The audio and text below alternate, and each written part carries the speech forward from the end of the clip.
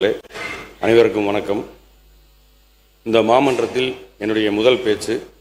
இந்த வாய்ப்பை எனக்கு வழங்கியவர் எங்கள் தங்கத் தலைவர், சிங்கத்தமிழர், தடைக்கல்லை படிக்கல்லாக்கி முன்னேறிய முதல்வர்.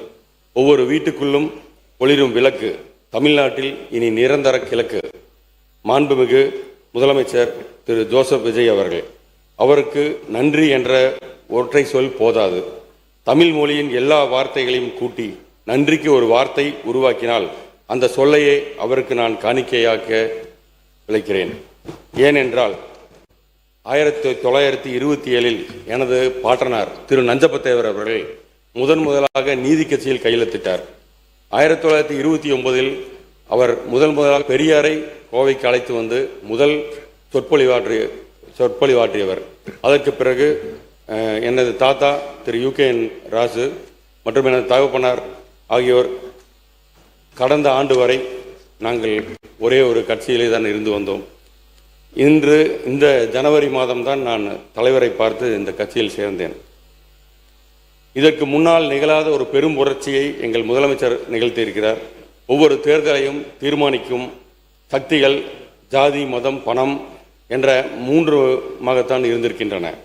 எங்கள் முதலமைச்சர் ஜாதி கடந்து, மதம் கடந்து, பணம் கடந்து ஒற்றை கட்சியாக வெற்றி பெற்று ஆட்சி அமைத்து முந்தைய வரலாறுகளை முறியடித்திருக்கிறார்.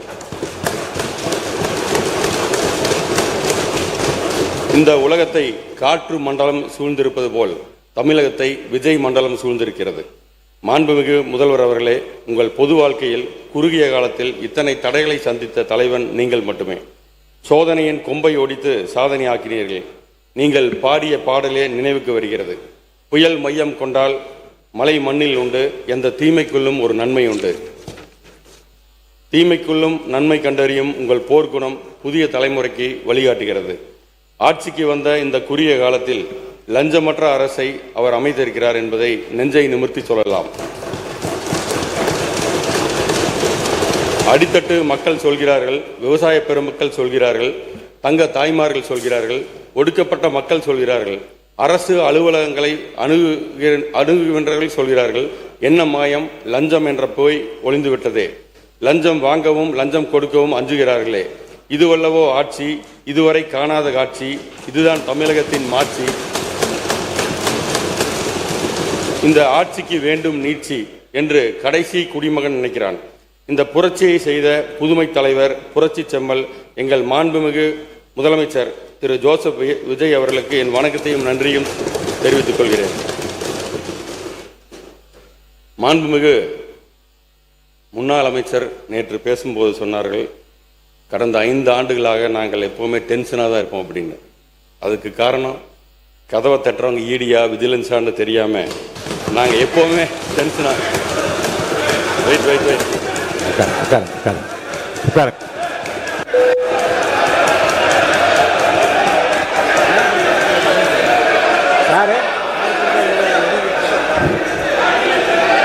உட்காருங்க.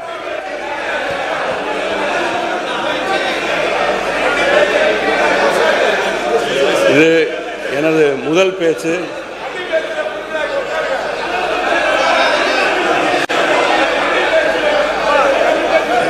உட்காருங்க, எல்லாம் உட்காருங்க. இல்லை, கன்னி பேச்சாக இருந்தால் அது கண்ணியத்தோடு இருக்க வேண்டும்.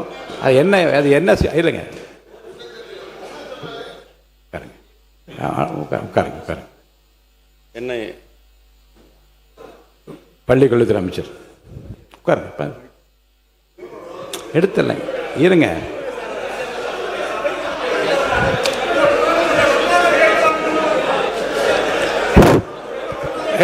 மாண்புமிகு பேரவைத் தலைவர் அவர்களே, எதிர்கட்சி தோழர்களுக்கு ஒன்று சொல்லுகிறேன். அவர் கன்னி பேச்சை இப்போது பேசுகிறார். சூலூர் சட்டமன்ற உறுப்பினர்.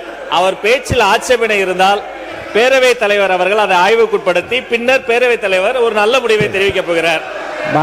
இது உங்களுக்கும் தெரியும். வார்த்தை அவர் இருங்க. உட்காருங்க. அவர் பேசிய அந்த சொற்றொடர் மட்டும் நீக்கப்படுகிறது. தொடர்ந்து பேசுங்க. உட்காருங்க. தொடர்ந்து பேசுங்க. நீக்கியாச்சு. உட்காருங்க. அங்கிருந்து பேசாதீங்க, கை நீட்டி பேசாதீங்க. உட்காருங்க. தயவுசெய்து உட்காருங்க. மாண்பு உறுப்பினர். மாண்புமிகு பேரவைத் தலைவரே, இந்த லைவுக்கு முன்னால் அதுக்கு முன்னால் இது மாதிரி பேசினாக்கா பேரவைத் தலைவர்கள் அறைக்கு சென்று டெக்ஸ்டை படிச்சுட்டு எதை நீக்கலாம் எதுன்ற நிலைமைன்றது ஏற்கனவே. அப்பொழுது பத்திரிகை நண்பர்களும் அதை வெளியிட மாட்டாங்க. இப்போ அப்படி இல்லை, இப்போ உங்களுடைய கட்டுப்பாட்டில் இது லைவில் போகுது எல்லாமே. உடனுக்குடன் அப்பயே தீர்வு கண்டால்தான் இதற்கு ஒரு முடிவு வரும் மொழியை நீங்கள் பின்னாலன்ற முறை கொஞ்சம் மாற்றிக்கணும். நான் உங்களை ஆர்டர் போடுறதுக்கு எனக்கு அதிகாரம் இல்லை. ஏன்னா இந்த சட்டமன்றம் உங்களுடைய கட்டுப்பாடு தெரியும். தகவலாக உங்களுக்கு நான் சொல்கிறேன், அப்பப்பொழுது முடிவெடுத்துறது தான் சரியாக இருக்க முடியும். அது பின்னால் இருந்தாக்கா அது சரியாக வராது. இப்போது நீக்கப்பட்டிருக்கிறது. பொதுவாக நான் ஒன்று சொல்ல விரும்புகிறேன். பேச வந்த உறுப்பினர் இந்த பக்கமாக இருந்தாலும் சரி, அந்த பக்கமாக இருந்தாலும் சரி, கண்ணியத்தோடையும் சட்டப்பேரவையில் என்னென்ன வார்த்தைகளை நான் பிரயோகிக்கணும், இந்த வார்த்தைகள் மட்டும் நீங்கள் தேர்ந்தெடுத்து வார்த்தை பிரவார்த்தை மற்றவர்களை புண்படுத்தாமல், என்று அவர்கள் சொன்னபடி இது லைவாக உலகம் முழுவதும் இன்றைக்கு பார்த்து கொண்டிருக்கு. யார் எப்படி என்று நன்கு அறிந்து கொள்ள மக்களும் விரும்புகிறார்கள். அந்த வகையில் அனைத்து உறுப்பினர்களும் அந்த கண்ணியத்தை கடைபிடிக்குமாறு நான் கேட்டுக்கொள்கிறேன். உறுப்பினர் தொடர்ந்து சுகுமார் பேசலாம். எங்களை பார்த்து சொன்னார் அவர், நீங்கள் கூலாக இருக்கீங்க உட்காந்துருக்கீங்க அப்படின்னாரு. எங்கள் மடியில் கனமில்லை, வழியில் பயமில்லை என்பதற்கேற்ப நாங்கள் மிகவும் கூலாக தான் இருக்கோம். இன்றைக்கி மட்டும் இல்லை, இந்த 5 வருஷம் போய் மக்களை அடுத்த 5 வருஷம் தேர்தலில் சந்திக்கும் போது நாங்கள் கூலாக தான் இருப்போங்கிறத தெரிவிச்சுக்கிறோம். மற்றொரு உறுப்பினர் சொன்னார், எங்கள் முன்னாள் முதல்வர் எதிர்க்கட்சி தலைவர் பேரவைத் தலைவர் அவர்களே, நேற்று எங்களுடைய முன்னாள் அமைச்சர் பேசும்போது சொன்னார், கடந்த 5 வருடங்களாக தினமும் டென்ஷன் எங்களுக்கு என்று. அதை ரிப்ளை செய்யும்போது நம்முடைய நீர்வளத்துறை அமைச்சர்களும் அதே சொல்லியிருக்கிறார். நாங்களும் தினமும் நிம்மதியாக எங்களும் தங்களால் தூங்க முடியல, தினமும் எங்களுக்கும் நிமிஷம் டென்ஷனாக இருக்கிறோம் என்று அவரும் சொல்லியிருக்கிறார். மீண்டும் அதை திருப்பி சொல்ல வேண்டாம் என்று கேட்டுக்கொள்கிறேன். ஏனென்றால் உங்களுக்கும் சிபிஐ வழக்கு இருக்கிறது, உங்களுக்கும் இன்கம் டேக்ஸ் வழக்குகள்லாம் தொடர்ந்து உங்களுக்கும் இருக்கின்றது. மாண்புமிகு எதிர்க்கட்சி தலைவர் அவர்களுக்கு நான் தெரிவித்துக் கொள்வதெல்லாம், சிபிஐ வழக்கு இருக்குதுன்றதெல்லாம் கரெக்டு தான். எங்களுடைய டென்ஷன், எங்களுடைய முதல்வர் தொகுதியில் என்ன பிரச்சனை, மக்கள் பிரச்சனை இருக்குது, அது உடனுக்குடன் பார்க்கறியான்னு கேட்டாருன்றதுக்கோசம்தான் நான் உங்களுக்கு அப்படி சொன்னனே ஒழிய, நான் வேறு எந்த அர்த்தத்துலேயும் நாங்கள் எங்களை பயமுறுத்தியோ டென்ஷன் படுத்தியோ இல்லை. அவர் முதல்லாம் பார்த்தீங்கன்னா எங்கள் சட்டமன்ற உறுப்பினர்லாம் எப்போ எங்களுடைய தலைவர் பேசுவார்னு நினச்சிருந்தாங்க. இப்போ ஃபோன் வந்தாலே பயம் இருக்குது. ஏதாவது தொகுதியில் ஒரு சின்ன விஷயமா இருந்தால் கூட அதை ஏன் உடனே செய்யலன்னு கேட்கக்கூடியவர் தான் எங்கள் முதல்வர் என்பது தெரிவிச்சு. உட்காருங்க. மாண்பு எதிர்க்கட்சி தலைவர் சொல்லி முடிச்சிடும். நீங்கள் சொல்லுங்கள், உங்கள் கருத்தை சொல்லுங்கள். பேரவைத் தலைவர்களே, எங்களுடைய சட்டமன்ற உறுப்பினர் முன்னாள் அமைச்சர் அவர்களும் அதே எண்ணத்தோடு தான் பேசினார். அவர் ஒரு மூத்த அமைச்சராக இருக்கக்கூடியவர், வேளாண்மை துறை அமைச்சராக இருந்தவர். எங்களுடைய முதலமைச்சர் தான் இன்றைக்கு தினமும் தினசரி பேப்பரில் பார்த்து, செய்திகளில் பார்த்து, அந்த துறை சம்பந்தமாக ஏதாவது செய்திகள் இருக்கிறதா, அதை உடனடியாக நிவர்த்தி செய்யுங்கள் என்றதுதான், அந்த எண்ணத்தில் தான் எங்களுடைய சட்டமன்ற உறுப்பினரும் பேசினார். உறுப்பினர் சுகுமார் பேசுங்க. நீங்கள் நேற்று மற்றொரு முன்னாள் அமைச்சர் பேசும்போது சொன்னார், எங்கள் முன்னாள் முதல்வர் எங்கும் இருக்கிறார், எல்லா திட்டங்களும் இருக்கிறார், நீக்கமர நிறைந்திருக்கிறார், எல்லா இடத்துலையுமே இருக்காருன்னு சொல்லி பேசினார். அது ரொம்ப சந்தோஷம். ஆனால் மக்கள் மனதில் இல்லை. மக்கள் மனதில் இருந்தால் மட்டும்தான் இந்த சட்டமன்றத்துக்குள்ளே வர முடியுங்கிறது உங்களுக்கும் தெரியும், எங்களுக்கும் தெரியும். அதனால் மக்கள் மனதில் இடம்பெற்றிருந்தால் இந்த பிரச்சனையே வந்திருக்காது, இங்கே உட்கார்ந்து இருக்கலாம். நீ குறுக்க பேசாதீங்க. மாண்பு உறுப்பினர்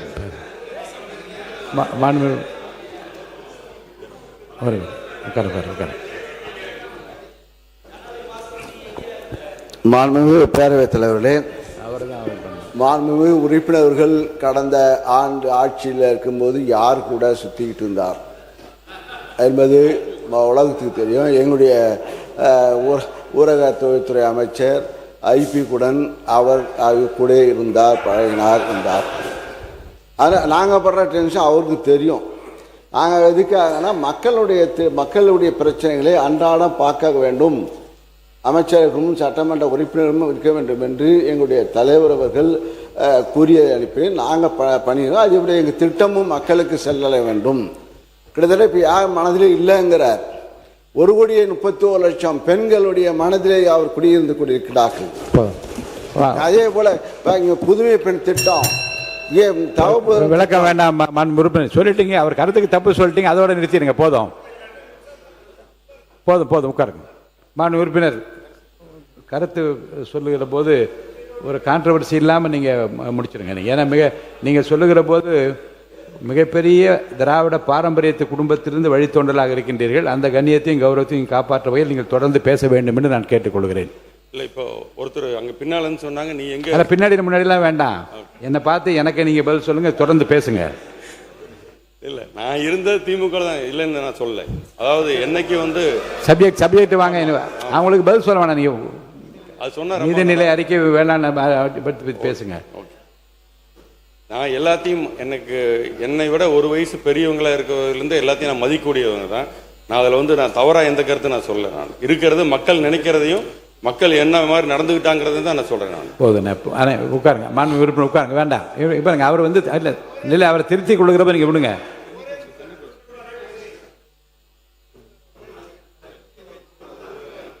கை கொடுங்க.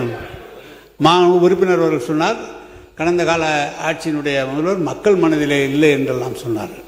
நீங்கள் வாங்கினது 108, எதிரில் இருக்கிற உங்களோட அதிகமாக வாங்கியிருக்காங்க. தனித்தனியாக பிரிஞ்சிருக்கே தவிர உங்களோட அதிகமான வாக்குகளை பெற்று தான் நீங்கள் வந்திருக்கிறார்கள்.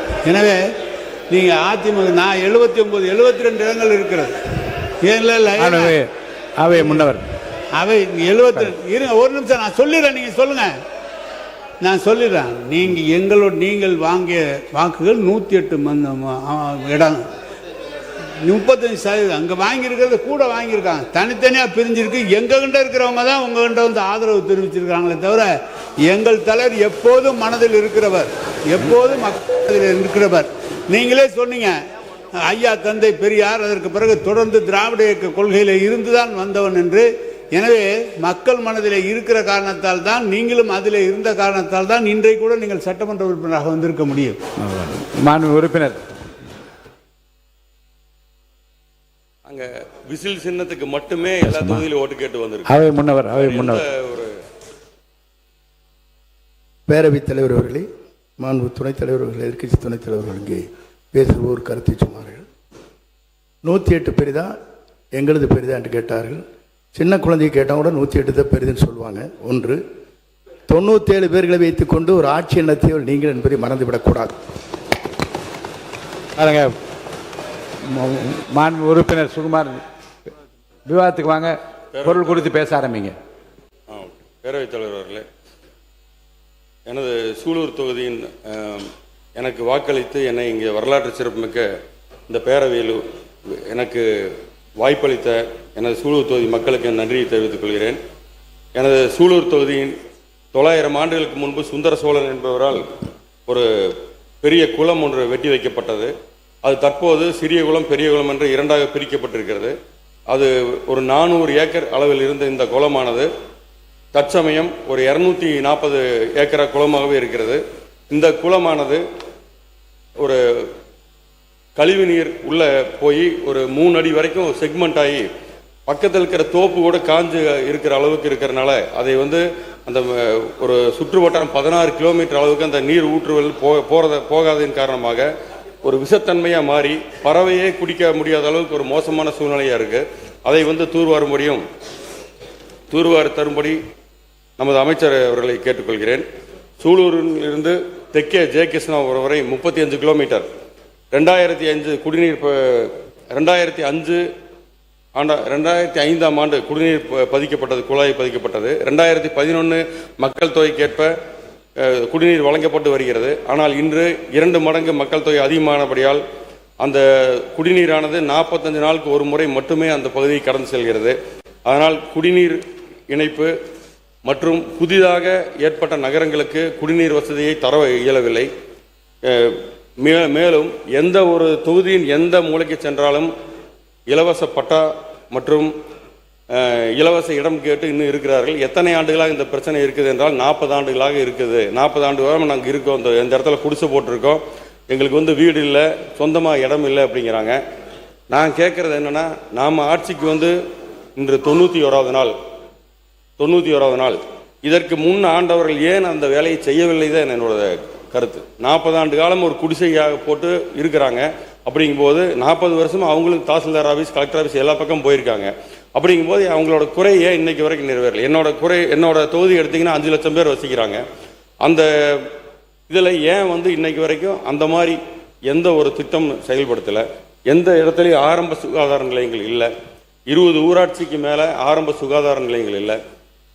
முக்கியமாக கண்ணம்பாளையம் சூலூரில் பணம் கட்டியிருக்காங்க. 1995 10,000 ரூபா பொதுமக்கள் பணம் கட்டி அதுக்குண்டான ரெசிப்டும் கொடுத்துருக்காங்க. ஆனால் ஆரம்ப சுகாதார நிலையம் இன்னைக்கு வரைக்கும் நிறுவலை. 95 அதுக்கு பின்னால் எத்தனை ஆண்டுகள் இவங்க ஆட்சி செஞ்சாங்கன்னு பாருங்கள். ஏன்னா மக்களோட குறைய சரி செய்யாததோட விளைவு தான் நாங்கள் இன்னைக்கு 108 பேர் நாங்கள் ஜெயிச்சிருக்கோம். அதில் எந்த விதமான மாற்று கருத்தும் கிடையாது. சூலூரில் போக்குவரத்து நெரிசல்ங்கிறது ஒரு மேரேஜ் அன்னைக்கு பார்த்தீங்கன்னா அந்த இடத்த சூலூர் பஸ் ஸ்டாண்டை தாண்டறதுக்கு ஒரு 2 மணி நேரம் ஆகுது.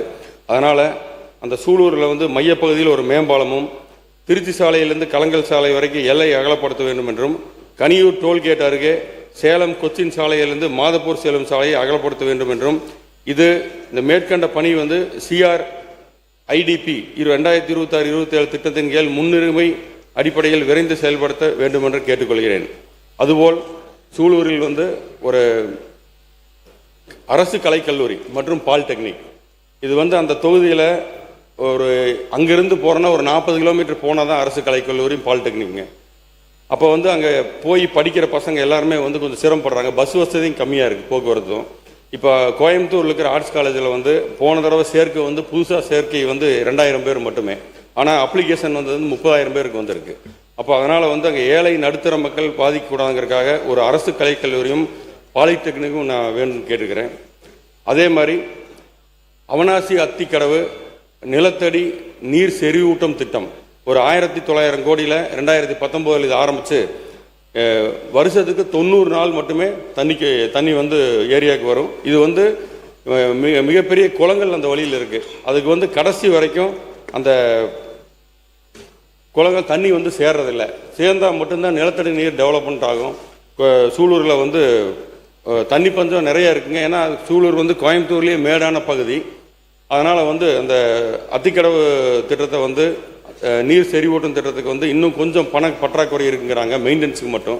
அதை மட்டும் கொஞ்சம் பண்ணி தரும்படி கேட்டுக்கிறேன். மாண்புமிகு பேரவைத் தலைவர் அவர்களே, எங்கள் தொகுதியில் தென்னை விவசாயம் மிக பெரிய அளவில் இருக்குது. தேங்காய் உரம் மற்றும் மூலப்பொருள் கூலி இதெல்லாம் சேர்த்தும் போது தேங்காய் விலை போகிறதில்லை. விலை வெறும் 46 ரூபா தான் ஃபிக்ஸ் பண்ணியிருக்காங்க. இப்போ விவசாயிகள் ரொம்ப பாதிக்கப்படுறதுனால அந்த தேங்காய் மூலமாக தேங்காய் எண்ணெய் விற்பனை அதிகரிக்கணும்னா அரசு கொள்முதல் செய்து நியாய விலை கிடைக்கும்படி கேட்டுக்கிறேன். நியாய விலை கடையில் தேங்காய் எண்ணெய் விற்கும்போது தென்னை விவசாயிகள் மிகவும் சந்தோஷப்படுவாங்க அப்படிங்கிறது. மற்றும் சூலூர் மற்றும் திருப்பூர் பகுதியைச் சேர்ந்த எங்களை விசைத்தறி உரிமையாளர்கள் ரொம்ப அதிகமாக இருக்காங்க எங்களோட தொகுதியும் பக்கத்துலேயும். இவங்களுக்கு இவங்க மெயினான கோரிக்கை என்ன கேட்டால், வீடுகளுக்கு வழங்குற போல விசைத்தறி கூடங்களுக்கு சோலார் பேனலுடன் நெட் மீட்டர் கேட்குறாங்க. இது ரொம்ப நீண்டகால கோரிக்கையாக இருக்குது. என்னோட ஒரு சின்ன இந்த சபைக்கு மாண்புமிகு பேரவைத் தலைவர்களே ஒரு விஷயம் தெரிவிச்சுக்கிறேன். இலவச பட்டா கேட்டு வர்றாங்க. அவங்களுக்கு நம்ம ஒரு நத்தம் புறம்போக்கு பிடிச்சி இடத்த போட்டு கொடுக்குறோம். அதுக்கப்புறமா கொஞ்ச நாள் கழிச்சு அவங்க திரும்ப வீடு வேணும்னு கேட்டு வர்றாங்க. இதுக்கு பதிலாக இடம் இருக்கிற அந்த நத்தம் புறம்போக்கிலேயே குடிசை மாற்று வாரியம் திட்டம் மூலமாக ஒரு ஏக்கரால் ஒரு மீறி போன ஒரு 30 பேர்த்த வீடுகள் இடம் தர முடியும். ஆனால் வீடாக கட்டினோம்னா ஒரு 200 பேர்த்துக்கு தரலாம். அதை அரசாங்கம் பரிசீலனைக்கும்படி கேட்டுக்கொள்கிறேன். மாண்புமிகு பேரவைத் தலைவர் அவர்களே, இன்னொரு 2-3 நிமிஷம் மட்டும் கொடுங்க. முதல் பேச்சு இவங்க நிறைய குறுக்கிட்ட நிறைய கோரிக்கைகள் இருந்தால் நிறைய அவை குறிப்பு இல்லை, அவை குறிப்பில் ஏற்றுக்கொள்ளும்படி கேட்டேன். நீங்கள் கேட்டிங்கன்னா அந்த அவை குறிப்பில் ஏற்றிடலாம். நீங்கள் சுருக்கமாக முடிங்க. கண்டிப்பாக நான் உங்களுக்கு தரேங்க. இப்போ மெயினாக கோயம்புத்தூரோட குடிநீர் ஆதாரம் 2 அணைகள் மட்டுமே, பில்லூர் சிறுவாணி. இந்த பில்லூர் அணை 1961 ஆரம்பித்து 67 கட்டி முடித்தாங்க. இதில் ரொம்ப ஒரு 44.4 மில்லியன் கனமீட்டர் தண்ணீர் சேகரிக்கிற இடத்துல இப்போ 2023 ஆய்வின்படி 58.59% கொள்ளளவு இழந்திருக்கு. ஏன்னா கம்ப்ளீட்டாக சேராக இருக்குங்க. அந்த சேரை எடுக்கிறதுக்கு ரொம்ப வருஷமாக திட்டம் போடுறாங்க, ஆனால் இன்றைக்கி வரைக்கும் நடக்கலை. அதுக்கு வந்து ஃபாரஸ்ட் டிபார்ட்மெண்ட் வந்து என்ஓசி கொடுக்கறது இல்லை அப்படிங்கிறாங்க, அந்த மண் எடுத்து போடுறதுக்கு. அதை வந்து கவனத்தில் கொள்ளும்படியும், ஏன்னா அந்த 58% நிறைஞ்சாலே கோயம்புத்தூரோட 99% தனி பிரச்சனை இருக்காது அப்படிங்கிறதையும் தெரிவிச்சுக்கிறேன்.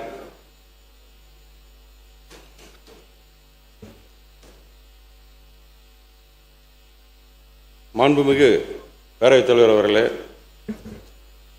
இந்த மாமன்றத்தில் நான் ஒரு கலை கோரிக்கையை வைக்க விரும்புகிறேன். எங்கள் ஊருக்கு சினிமா வருமா என்று ஏங்கிய மக்களை எங்கள் ஊரே சினிமா வந்துருச்சே அப்படின்னு சந்தோஷப்பட்ட வைத்த திரு இயக்குனர் இமயம் பாரதி ராஜா அவர்கள் அரை நூற்றாண்டு காலம் இந்த மண்ணையும் மக்களையும் பெருமைப்படுத்தி கலை செய்தவர்.